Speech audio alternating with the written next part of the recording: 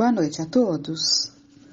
Nós vamos hoje, nessa noite, nesse encontro, iniciarmos com uma prece que Kardec coloca no final do Evangelho segundo o Espiritismo. Ele nos dá vários modelos de prece, como um apoio, simplesmente como um modelo para aqueles que não conseguem formular ali os seus pensamentos numa prece. Então é um ponto de apoio que vale a pena muitas vezes buscarmos, porque são colocações ali bastante inteligentes, pertinentes para um momento de uma prece. Então ele desenvolve um tema falando sobre as provas das doenças e depois ele dá alguns modelos de prece. Então vamos iniciar o nosso encontro de hoje buscando uma das preces, que é para o doente pronunciar. E há tantos corações doentes, né? Nem sempre as nossas doenças se traduzem exatamente por doenças físicas, mas quantas vezes nos sentimos doentes, adoentados, né? Então vamos pedir a Deus e a Jesus, e Ele coloca: Senhor, vós sois todo justiça, e se me enviastes a doença é porque a mereci, pois não fazeis sofrer sem motivo. Coloco a minha cura, portanto, sob a vossa infinita misericórdia. Se for do vosso agrado restabelecer-me a saúde, darei graças a vós. Se pelo contrário tiver de continuar sofrendo, da mesma forma darei graças. Submeto-me, sem murmurar, aos vossos decretos divinos, porque tudo que fazeis só pode ter por fim o bem das vossas criaturas.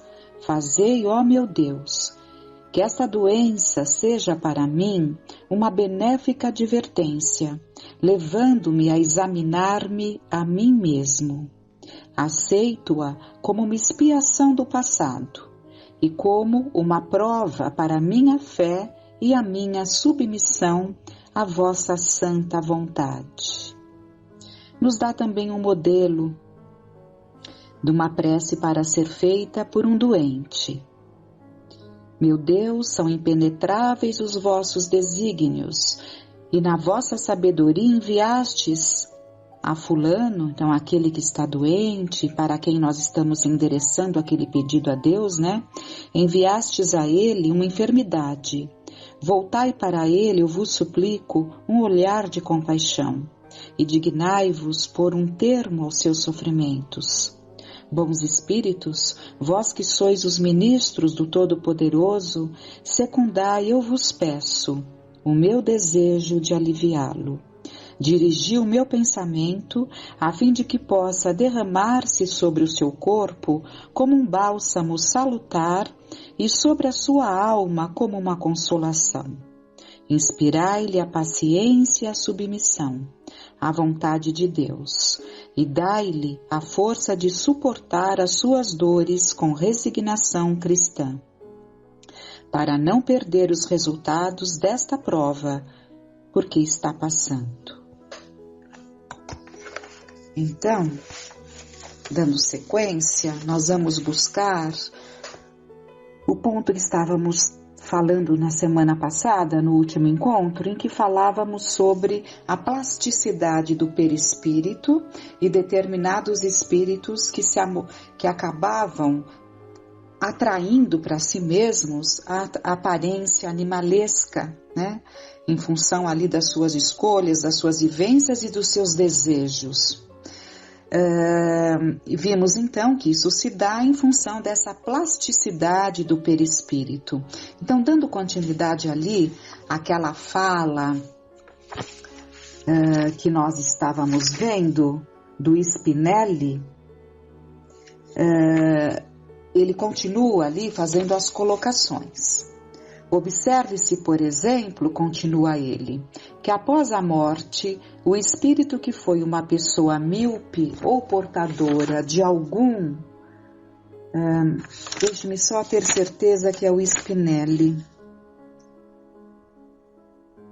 Também não importa. É o Eurípides, isso, desculpem. É o doutor Eurípides que está fazendo uma explanação para aquele grupo de trabalhadores. Então vamos lá, entrando no clima, o doutor Eurípides já tinha trazido todos esses ensinamentos e ele continua a sua explanação.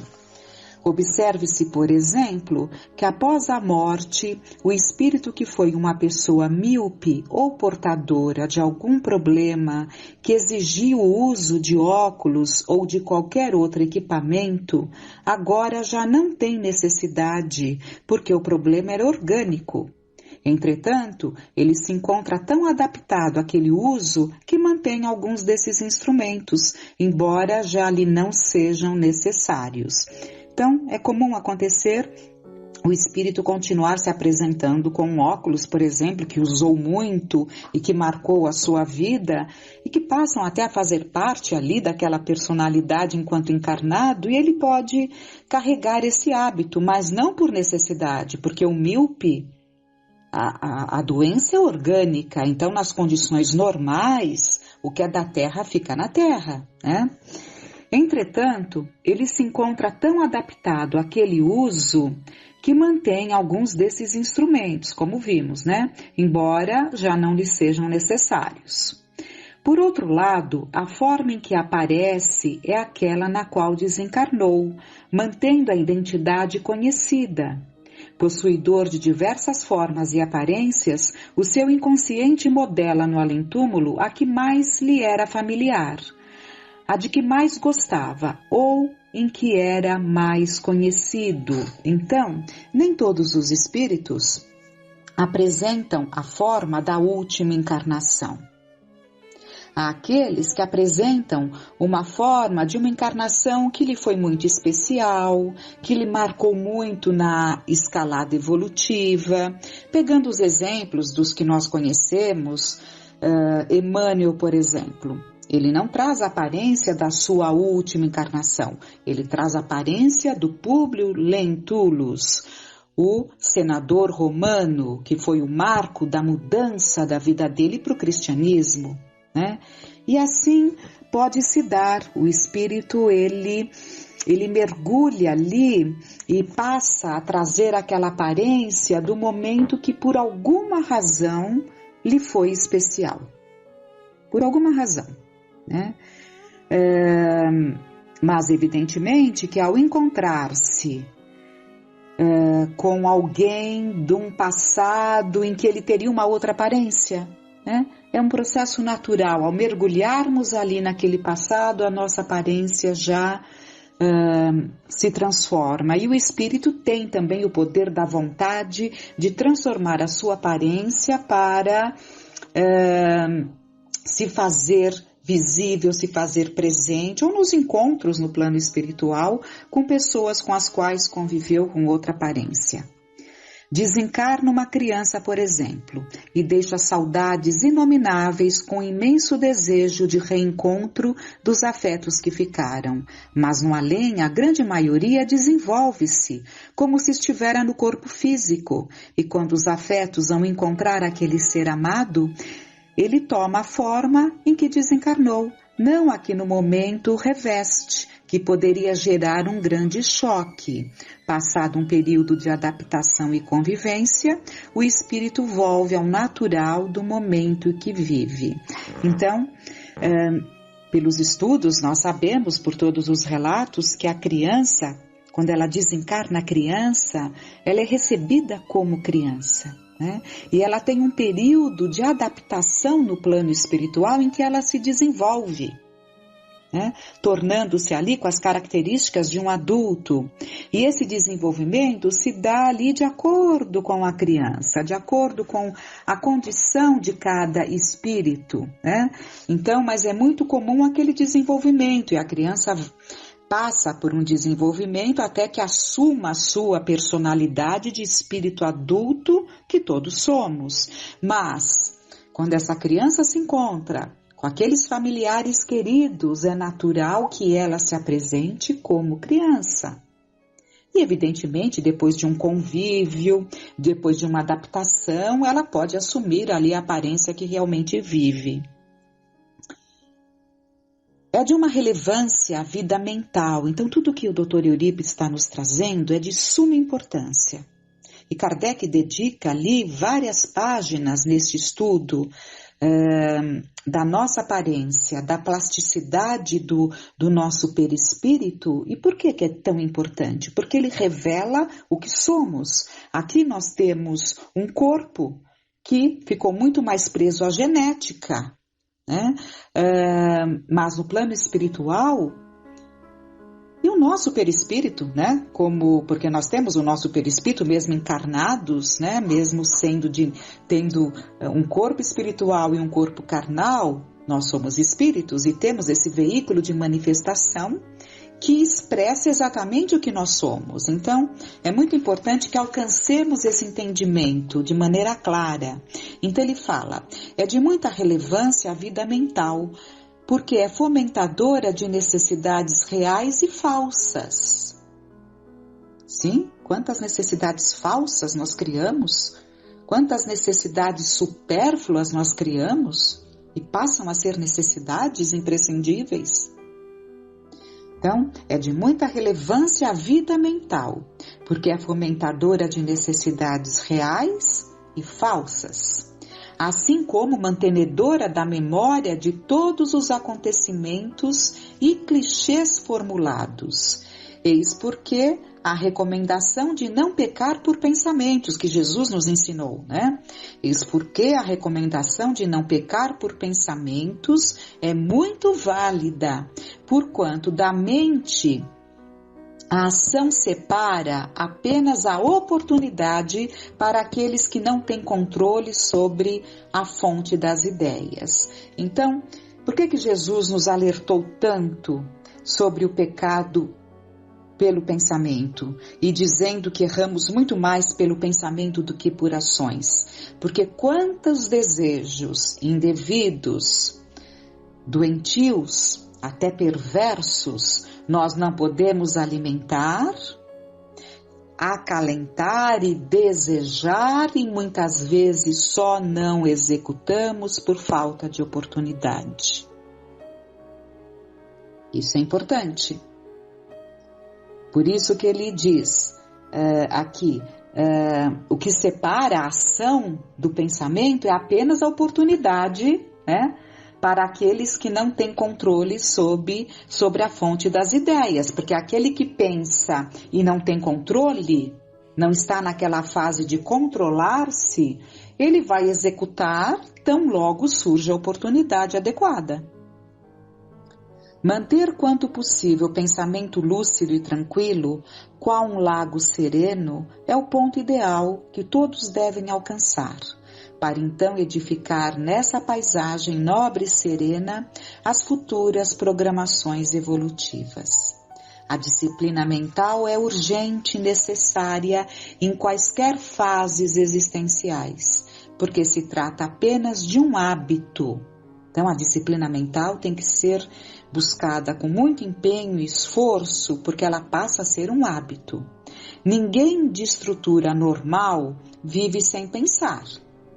Toda vez, portanto, quando seja atingido por uma ideia frívola, embora interessante, substitua-a por alguma outra vantajosa que lhe ocupe o lugar.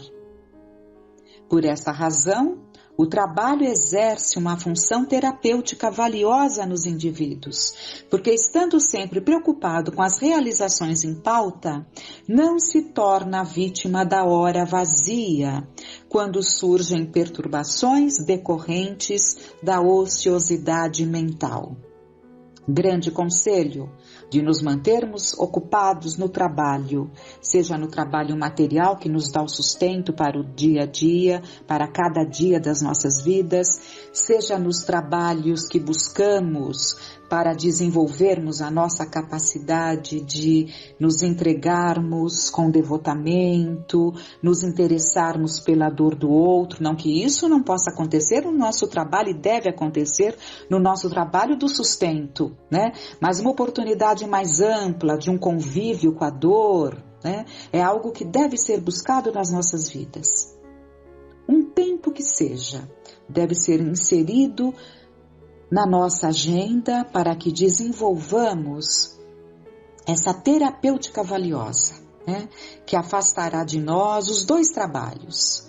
Mas o trabalho, acrescentando este trabalho do qual estamos falando agora, nos ajuda muito no equilíbrio, até para conseguirmos dar conta do nosso trabalho que nos traz o sustento, com dinamismo, com boa vontade, né, com compreensão das situações que nos alcançam ali no exercício daquela função. Então é muito importante.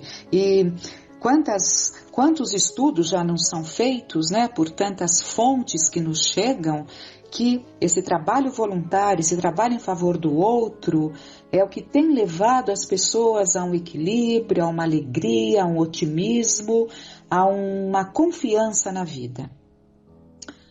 E o Dr. Eurípides continua: todo espaço na mente deve sempre estar acionado para objetivos edificantes, nos quais os sentimentos se aprimoram e a vida se exalta.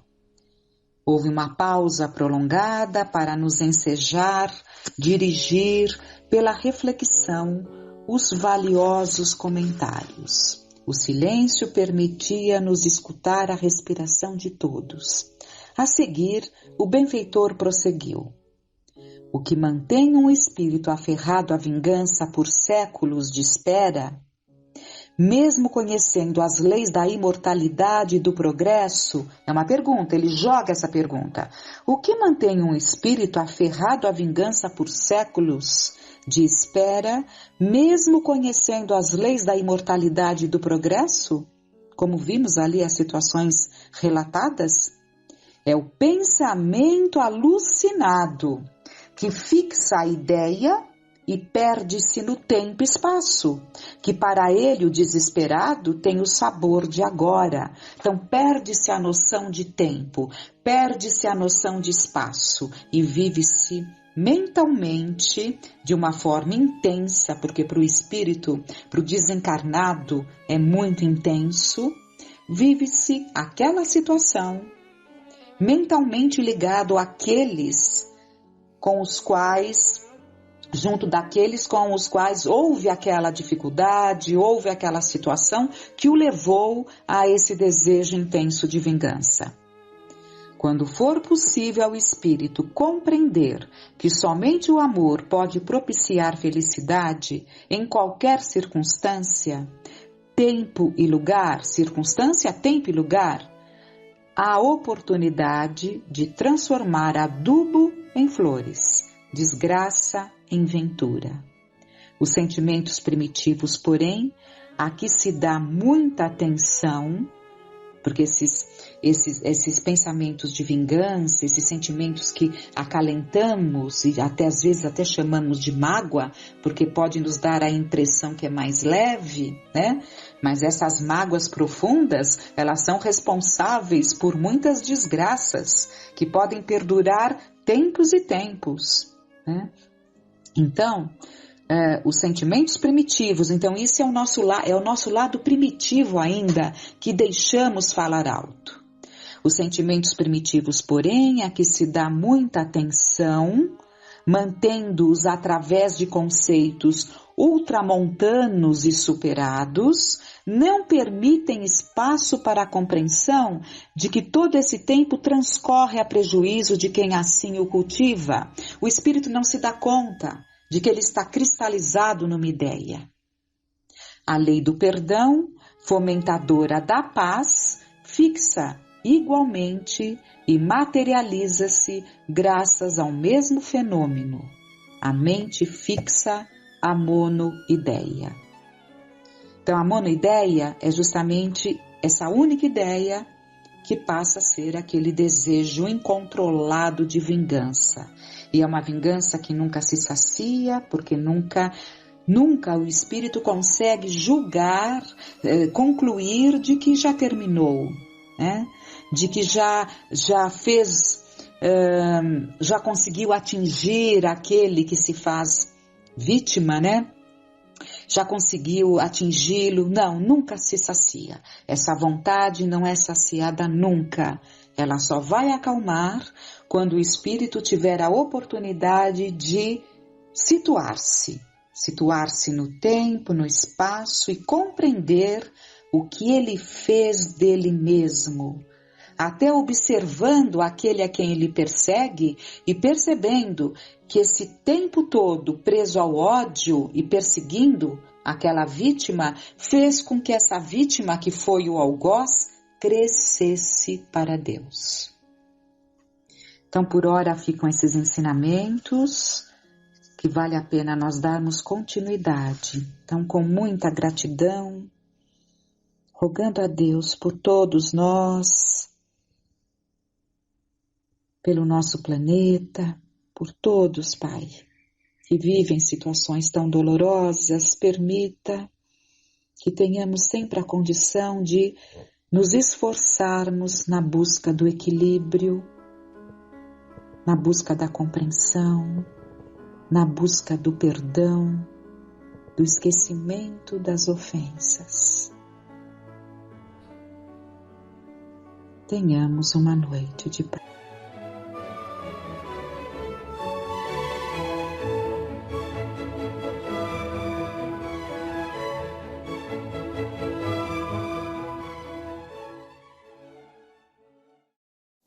Olá a todos, nós hoje trouxemos do livro Pontos e Crônicos, que é um livro que tem a psicografia de Chico Xavier, pelo espírito de Irmão X, e fala sobre a paciência num relato que chama Provas de Paciência.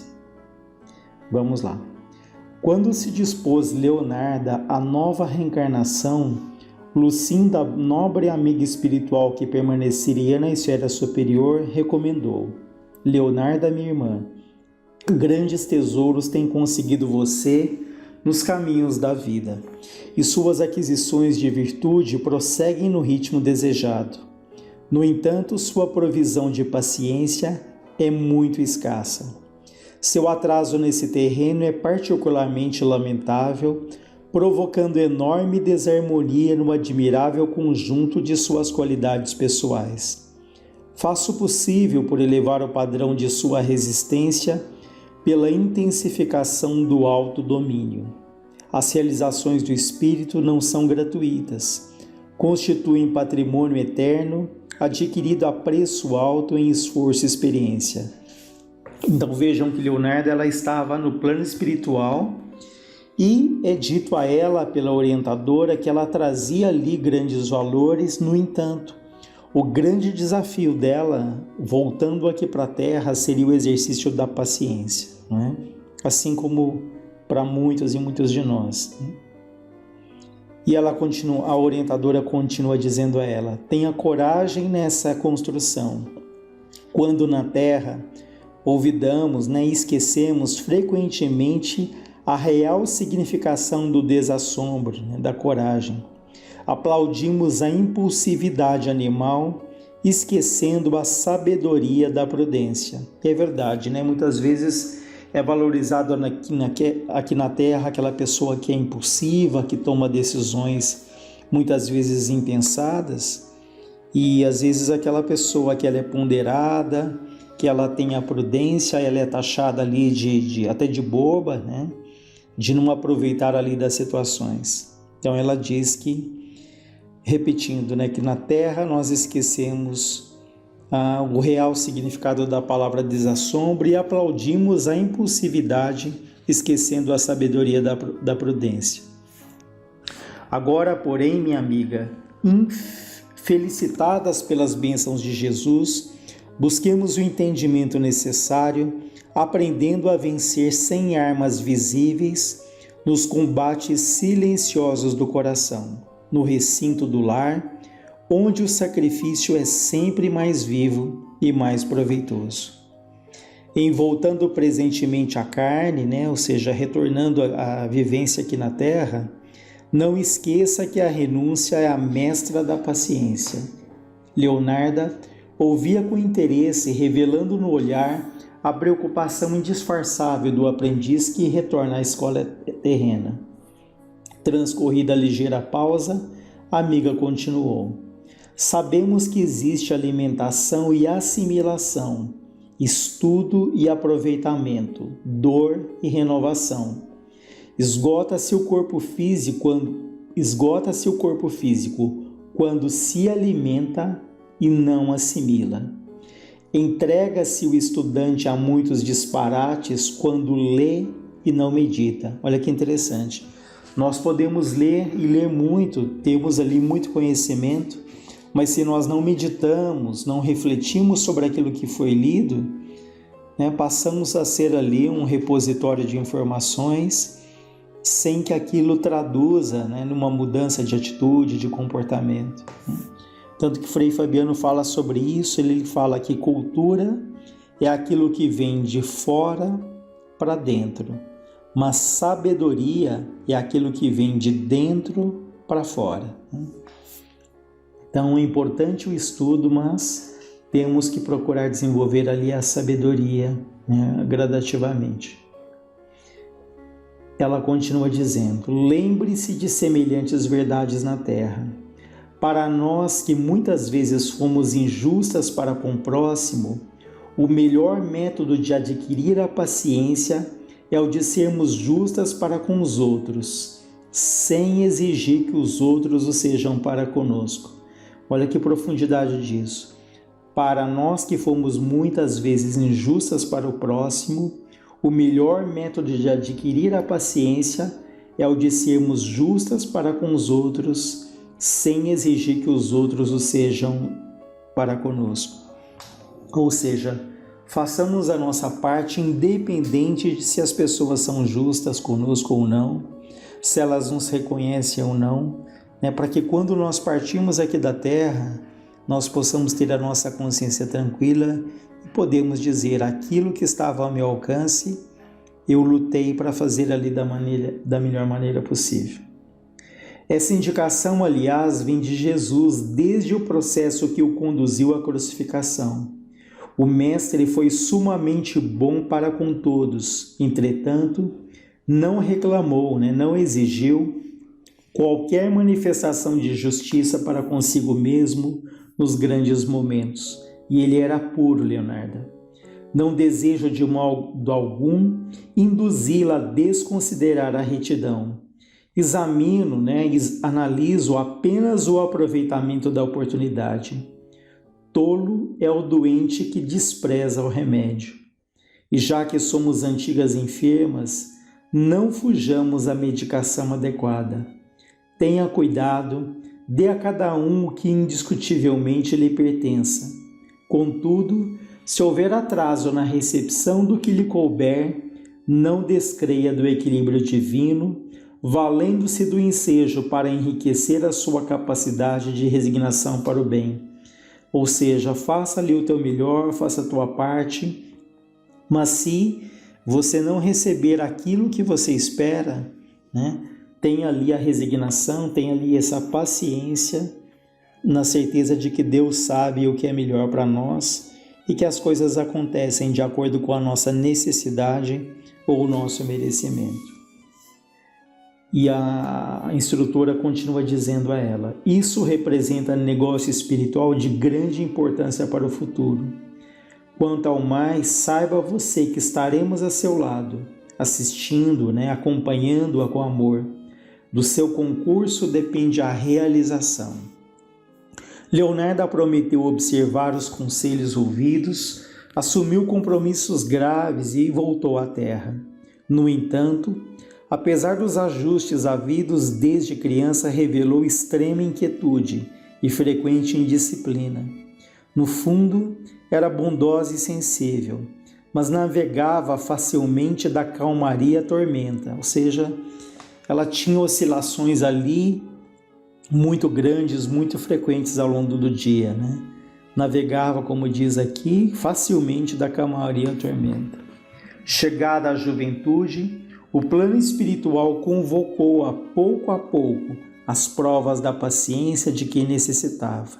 Então, no período da juventude, começam ali os testes da paciência. Leonarda casou-se, mas no aparecimento do primeiro filhinho começaram os serviços mais duros.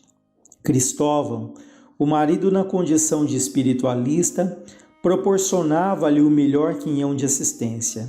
No entanto, a companheira parecia surda a todas as advertências alusivas à conformação e à tolerância. Não obstante a sua nobre dignidade de esposa e de mãe, ela descontrolava-se ao primeiro sinal de luta mais forte. Então ela era uma boa mãe, uma boa esposa, mas descontrolava ao primeiro sinal de irritação, algo que tirasse ela ali daquilo que ela planejou, daquilo que ela se propunha a fazer. Cessada a borrasca doméstica, lavava-se em pranto de arrependimento. Então vejam que ela explodia, mas em seguida ela se arrependia ali da atitude dela, né? Então ela se arrependia reconsiderando atitudes, mas quantas vezes fosse visitada pela contrariedade ou pela tentação, quantas vezes Leonarda caía em desespero e revolta em razão da sua invigilância. Convertia as moléstias mais simples em fantasmas horríveis, transformava os mínimos de sabores em tragédias comoventes.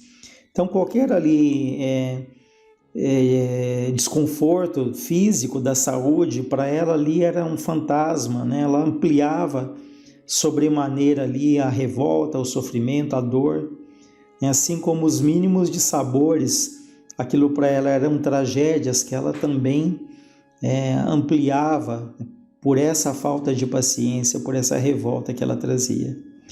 Dentro de semelhante calma sentimental, os filhos andavam enfermiços, o esposo inquieto e a residência menos cuidada.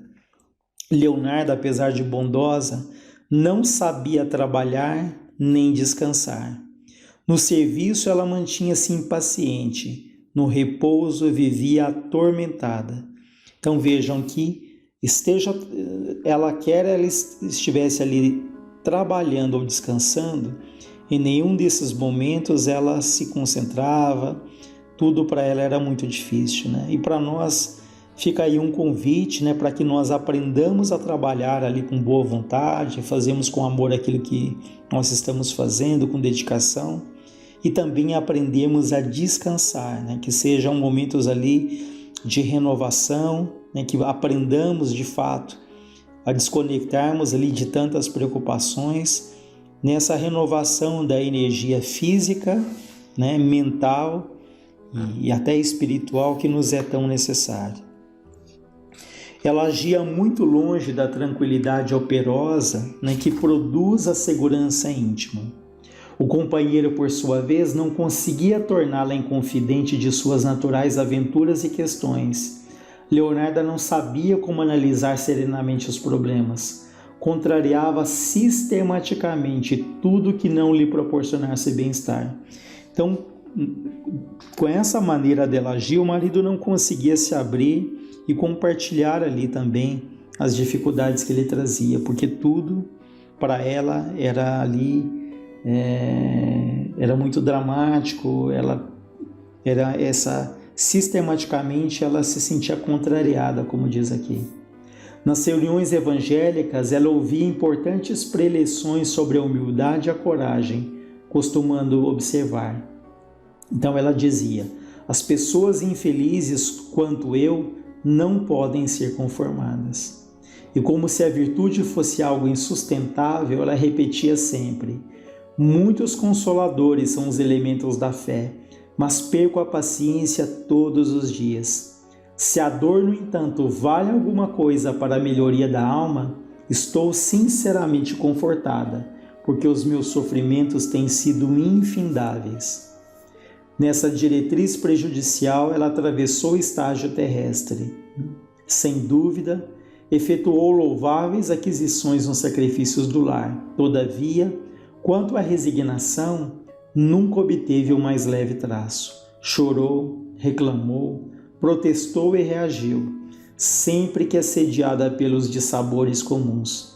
A pior característica em seu caso, porém, é que Leonarda jamais se inquietou com o bem dos outros, mas sim com a satisfação de si mesma, incapaz de suportar o menor espinho. Ao terminar a tarefa terrena, Lucinda esperava com a mesma serenidade dos outros tempos. Então, a Leonarda desencarna, é recebida pela Lucinda, que era essa companheira espiritual dela. Abraçaram-se comovidas, e logo que a memória de Leonarda recuperou as recordações, trocando júbilos de amizade sincera. Depois das primeiras impressões afetuosas, ela disse à amiga espiritual. Aliás, desculpem, quem diz aqui é a amiga espiritual, a Lucinda, que diz a ela.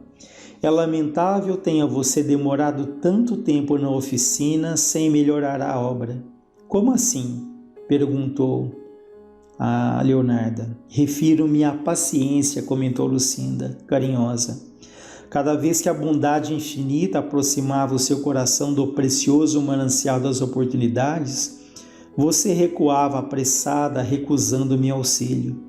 Tentei quinhoar-lhe a senda, fornecer ali auxílio na caminhada dela com inestimáveis recursos educativos, mas infelizmente...